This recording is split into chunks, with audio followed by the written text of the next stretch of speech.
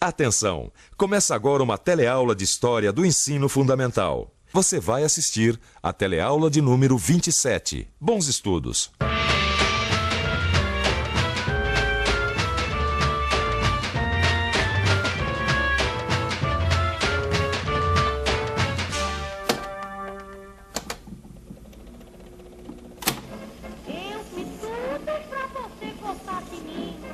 Bota o retrato do velho outra vez, bota no mesmo lugar.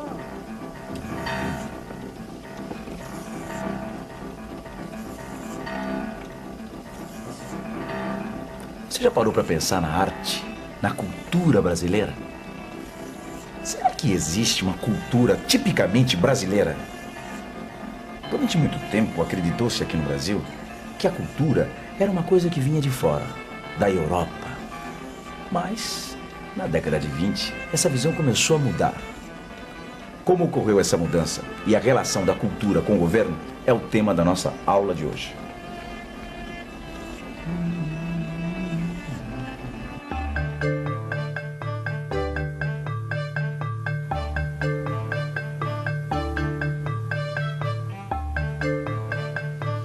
Nós estamos aqui no Teatro Municipal de São Paulo. Um teatro que já foi palco de inúmeras e grandiosas manifestações culturais. Por aqui já passaram cantores de ópera italianos, bailarinos russos, orquestras sinfônicas mundialmente conhecidas. Tudo isso, como você sabe, é cultura. Mas será que só isso é cultura? Oi, tô vendo que você gosta de música. Queria que você me respondesse uma coisa. Você acha que ópera é mais cultura, é mais importante do que samba? Bom, a ópera não é geralmente do Brasil, né? É de fora, então tem que ser valorizado o que é daqui mesmo, né? Eu acho que os dois têm o seu valor, a sua importância. O samba é importante para o brasileiro porque faz parte das nossas raízes, da nossa criação, por assim dizer, desde os africanos, portugueses, ver o samba, né? Que faz parte do povo. A ópera também é importante, apesar que no Brasil não existe óperas assim muito conhecidas, muito famosas, né? São mais coisas de italianos, de outros países, mas é importante. Manifestação cultural brasileira, eu acho que o repente é bem mais legal do que o carnaval, né? Se você pegar assim o repentista, é uma coisa assim bem brasileira mesmo, uma manifestação bem popular, que aí você realmente se sente orgulhoso de ser brasileiro, né? Mas se hoje a gente tem orgulho da arte, da cultura brasileira, nem sempre foi assim. Nos anos 20, grande parte da elite intelectual brasileira não dava a menor importância para a cultura nacional.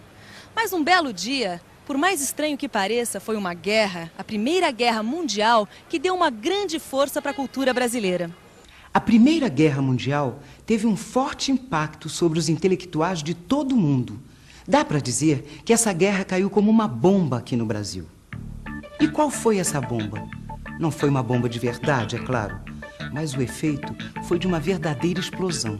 Porque, no fim das contas, a destruição da Europa acabou revelando que os europeus não eram assim tão perfeitos e tão civilizados como se imaginava. Se até pouco tempo, antes da guerra, os europeus eram um modelo de povo para os intelectuais brasileiros, depois da guerra, esse modelo foi por água abaixo.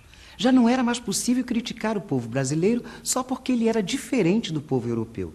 Daí para frente, os intelectuais e artistas começaram a olhar o povo brasileiro de uma maneira diferente. Ouve.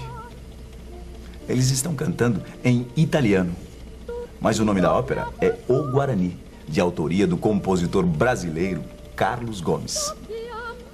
Ela foi composta no século XIX, portanto, antes da Primeira Guerra e antes do período que nós estamos estudando. Mas eu fiz questão de voltar um pouquinho no tempo para a gente entender uma coisa muito importante. Já no século XIX, nem todo mundo criticava o povo brasileiro. Artistas como Carlos Gomes tentaram valorizar as coisas do Brasil na música, na arte e na literatura. Esses artistas transformaram os índios brasileiros em heróis de tempos passados. Eles tinham uma visão do passado que a gente chama de visão idealizada. Quer dizer, nas pinturas e nos romances, os índios apareciam como brancos fantasiados. Na verdade, esse tipo de arte, apesar de brasileira, seguia à risca os padrões da música e das tradições culturais europeias. Tradições culturais europeias. Isso explica porque nós temos esse teatro de ópera aqui bem no centro de São Paulo. Explica também porque o Guarani é uma ópera brasileira cantada em italiano. Em outras palavras, no século XIX, os artistas brasileiros mudaram o assunto da conversa, mas o jeito de conversar continuou igualzinho, um jeito tipicamente europeu. Tudo isso aconteceu antes da Primeira Guerra, e o que nos interessa agora é o que vem depois. Pois é. Depois do impacto da Primeira Guerra, os intelectuais e artistas não estavam mais atrás de um passado ideal, como no século XIX. O que eles queriam agora era encontrar a alma do verdadeiro povo brasileiro. Os novos rumos da cultura brasileira foram anunciados aqui, no Teatro Municipal de São Paulo. Em 1922, um grupo de artistas e intelectuais reuniu toda a elite da cidade para mostrar o que eles chamavam ser a verdadeira arte brasileira. Foi um escândalo. Olha só um poema de Oswald de Andrade que foi recitado naquela semana. No baile da corte, foi o Conde D quem disse para Dona Bem-vinda que farinha de suruí, pinga de Paraty, fumo de Baependi é comer, beber, pitar e cair.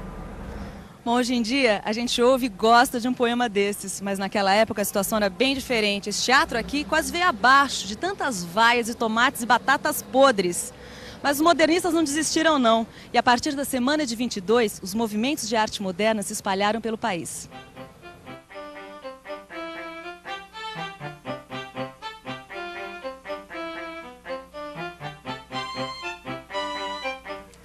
Para a gente entender o que os modernistas queriam com sua arte, é só a gente visitar um museu e comparar os quadros. Olha esse aqui, por exemplo. Parece uma fotografia, não é verdade?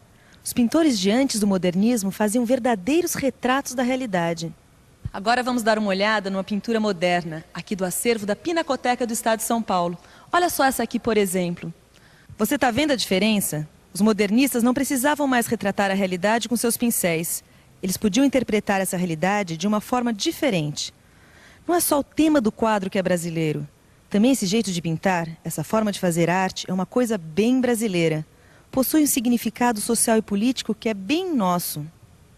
E não foi só na pintura. Entre os músicos daquela época, Villa-Lobos foi um dos mais importantes. Ele também participou da Semana de 22 e teve a ousadia de trazer para uma orquestra sinfônica som das músicas folclóricas brasileiras.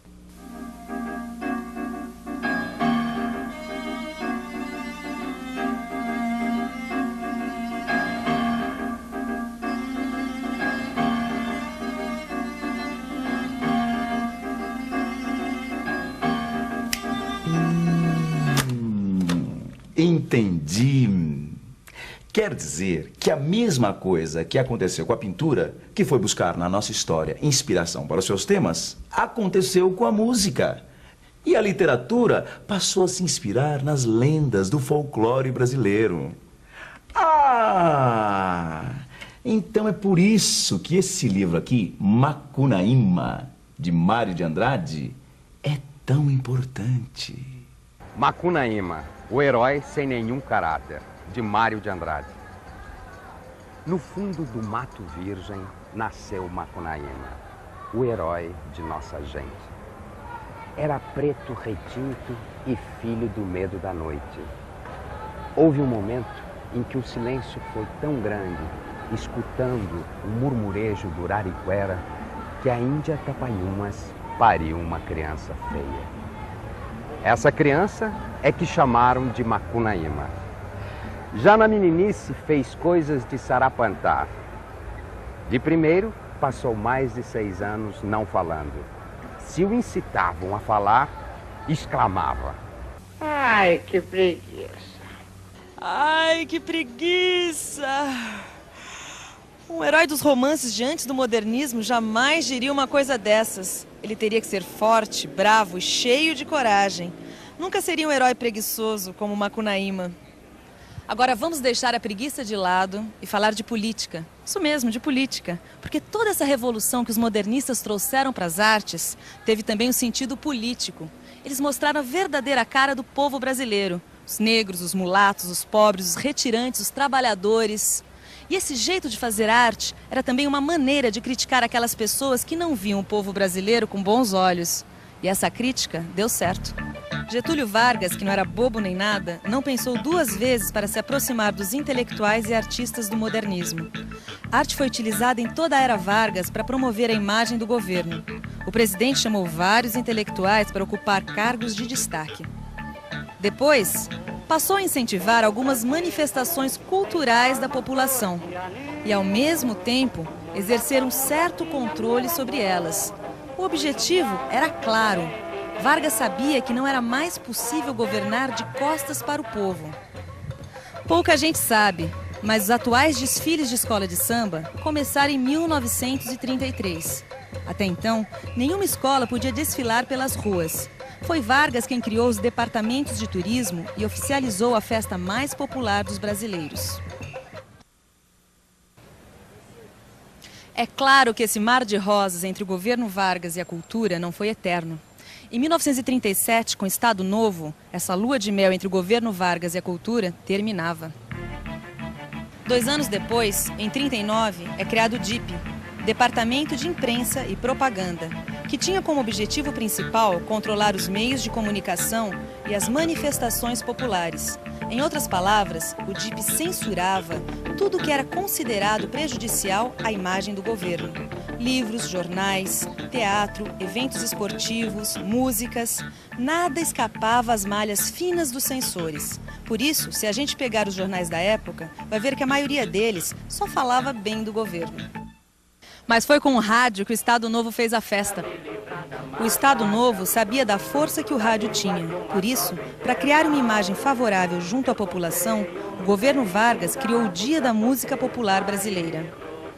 Mas não era só de forma indireta que o Estado Novo usava o rádio. O governo Vargas ocupou um espaço oficial no rádio, o programa Hora do Brasil, que continua no ar até hoje, com o nome de Voz do Brasil. Olha, a gente pode dizer o que for, mas uma coisa a gente não pode negar. Getúlio Vargas pensou em tudo. E é claro, principalmente na educação, pois é na escola que se forma o comportamento do cidadão. E assim, Getúlio Vargas ampliou a rede pública de ensino, criou os cursos secundários e os profissionalizantes. Se você pensa que todo esse investimento em educação ficou ao Deus dará, mas não ficou o mesmo. Toda a rede educacional era controlada pelo Ministério da Educação e Saúde e pela Comissão Nacional do Livro Escolar. O objetivo da Comissão Nacional do Livro Escolar era muito claro: editar livros didáticos e censurar aqueles que expressavam, conforme palavras deles mesmos, pessimismo ou dúvida quanto ao futuro da raça brasileira. Depois dos anos 20, a relação dos intelectuais e do Estado com arte, educação e cultura nunca mais foram as mesmas. Nós vamos ver mais sobre isso nas próximas teleaulas. Até já, hein? E atenção, se liga aí que é hora da revisão. Na aula de hoje, nós vimos como os artistas e intelectuais foram ganhando espaço no cenário nacional, modificando a concepção de arte e cultura brasileira. Nós vimos também como o Estado Novo agiu para intervir e direcionar a cultura brasileira para seu próprio benefício. A agitação intelectual que marcou esse período foi algo mais que um simples movimento de ideias. Ela foi também um movimento de contestação às antigas regras políticas e sociais. E contribuíam para reforçar o sentido de urgência na solução dos problemas nacionais.